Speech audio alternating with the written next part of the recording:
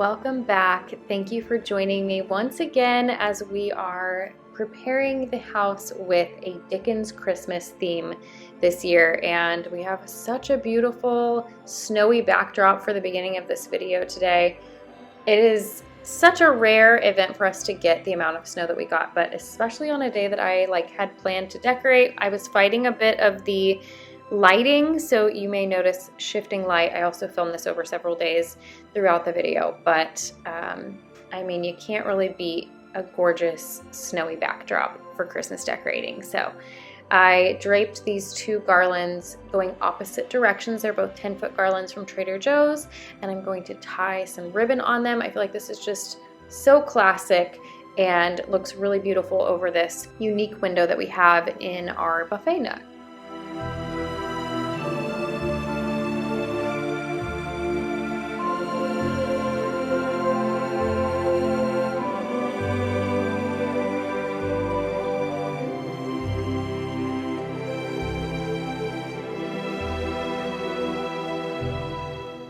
This video is going to be somewhat quick moving because I was really putting finishing touches on to a lot of these areas. I kept that typewriter in place and the lamp that's kind of been over there.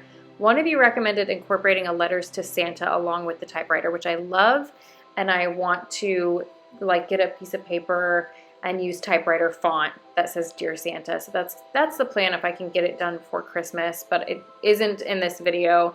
I will share shots of it, hopefully in a home tour here, I'm hoping within the next week or two. So if I can get that pulled together for you, I will do my best and try to get that up. The silhouette is from our Etsy shop, and likely this side of the buffet will actually be a drink station when we're hosting. So I kept it really simple because we will most likely pull these things off and move them around a little bit so that we can make way for our guests to have refreshments. We also did an exciting upgrade in the living room, and I wanted to share it with you in today's video. So we pulled these fans out and replaced them with these beautiful light fixtures. These were actually from Amazon. I needed two that matched because you guys know I love my vintage crystal chandeliers, but I needed two that matched. So I had to find something that was within the budget, but also kind of gave that same look and feel, and these really are beautiful. They are a little small scale-wise in comparison to the fans, so I'm thinking I'm gonna get some ceiling medallions and put them underneath just to kind of bulk them up a little bit and help with that scale issue. Now, moving over to the mantle, I used my two 5-foot Norfolk pine garlands and just simply draped the garlands in a way where the middle's a little bit lower and the two sides go up, so you've kind of got just some nice movement in there, but I kept it so simple. I'm gonna add a bow and some lights. I don't feel like it's competing with the tree. I feel like it was just the right amount to still help this shine as one of the focal points in the room, but just not overpower the area. So really, really love the way this came out.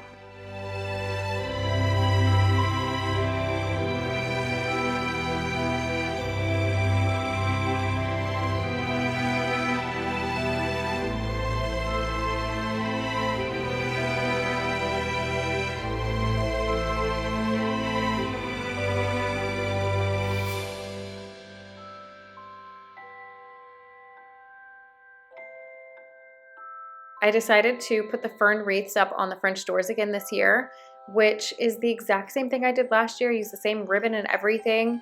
I think if you do something and you liked the way it came out, do it again the next year. You don't have to switch up all of your spaces every year. I don't think it's realistic to get all new decor, do a new theme every single year. Sometimes it's easier to switch out ribbons, things like that, if you want to switch up your color scheme a little bit, but as a creator, I'm more inclined to switch things up because I want to present you with new, fresh ideas. But realistically, I think a lot of us are going to be reusing what we have, and that is perfectly okay. Over here, I was really excited to finally come up with an idea to cover our thermostat. So because we have the picture rail, we're able to hang it right in front without it blocking the sensor or whatever that gauges the temperature. So it hides it perfectly. Looks great here. Very happy that we came up with a solution for this.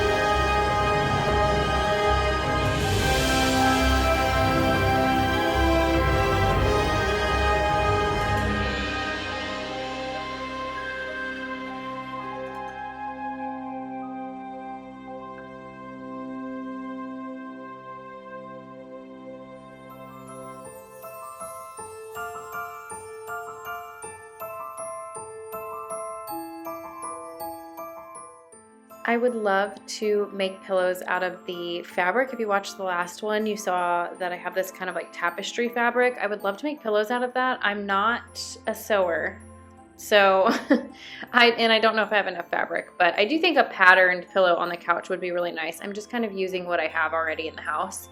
And then I added just a bit of greenery to this big painting. I got this for $35 at a garage sale. It's an original painting. The lady told me, I'm sure this is much more expensive. It was given to us as a gift, and I got a steal of a deal on that. But I've been feeling like we need more over this couch because the couch is really big. So I added these sconces on the sides, which I feel like really helped to kind of fill out this big wall a little bit.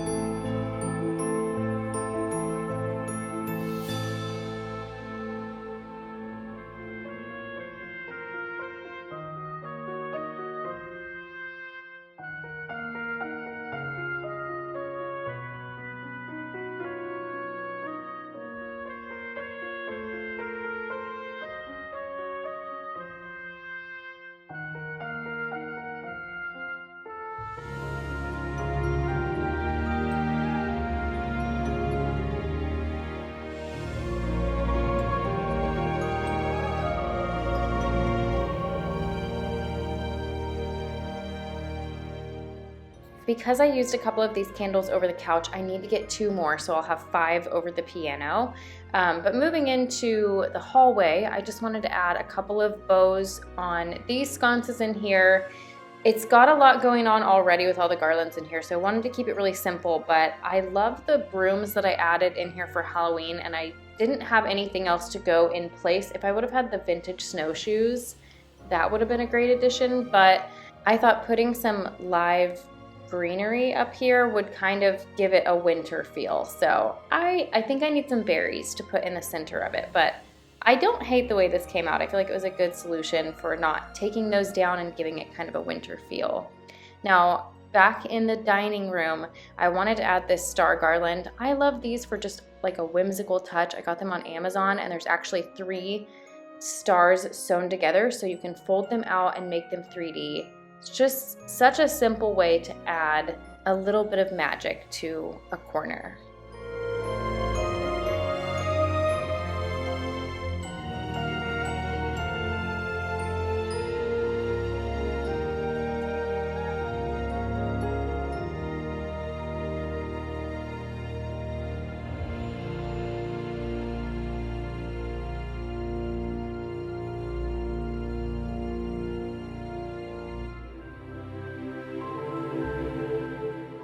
So here's that fabric I mentioned earlier, and if you remember in the last video I said I want to do some DIY stockings. The only ones I could find said Mr. and Mrs. on them. I really wanted either a linen or a burlap because I knew that since we're doing a no-sew version, I needed a good material for the glue to stick to. So I'm starting off giving it a nice iron just to get out any wrinkles, and then we're going to cut around the stocking. This was really an easy project. The trouble I mainly had is that my fabric is an upholstery fabric, so it was really, really thick. So I did it a couple of different ways. I actually made a total of 3 of these, kind of just trying out different techniques. And in this particular technique that I wanted to share, I wanted to give like the cleanest look on the back side. Not that I really mind how the back's gonna look because we already have that embroidery that we're wanting to hide anyway, but what I decided to do was take my fabric glue sticks, which these are really good. They are very, very strong. In fact, I tried to pull some of it off for a reason that I'll tell you about in just a moment, and I was not able to pull them off. So they last very, very well. But with this one, I tried to create kind of a seam before gluing it to the actual sock just to give it a cleaner look on the back. Because this fabric is really thick, the better result that I got was to not really worry about having that perfect seam and just taking the fabric and folding it directly over, and like I said, just not worrying about the back looking a little bit funny. But the mistake that I made with this one specifically, and I did it right with the other two, is that after getting one side glued, you want to kind of pull up the sock and put glue on the main part of the stocking so that the front is all completely glued down and you get that fabric nice and smooth and it doesn't wrinkle or move around at all. I did forget that step on this one. So keep that in mind if you're gonna try it. I do think that doing this with a thinner fabric would be really easy. You might have more issues with trying to hide glue marks, but I think this could be a really cool thing to kind of keep an eye out for different fabrics over the years. I would like to get something a little bit different. I like kind of having an eclectic look. So I might continue to look for fabrics and then next year kind of add to my stocking collection. But I thought this project was really fun, and if you're wanting to kind of do a custom look and you're not a sewer, I think give this a shot. You will be pleasantly surprised with what you can create.